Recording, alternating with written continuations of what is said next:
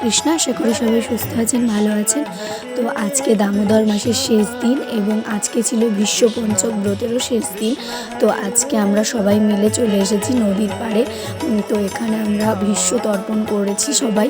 তারপরে গঙ্গা দেবীর উদ্দেশ্যে প্রদীপ দেখিয়ে নিয়েছি। তারপরে সবাই একে একে গঙ্গা স্নান করতে নদীতে নেমে পড়েছে।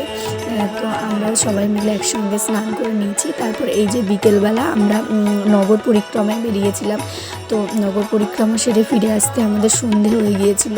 তারপরে বাড়িতে ফিরে এসে সন্ধ্যা আরতি করে নিচ্ছি।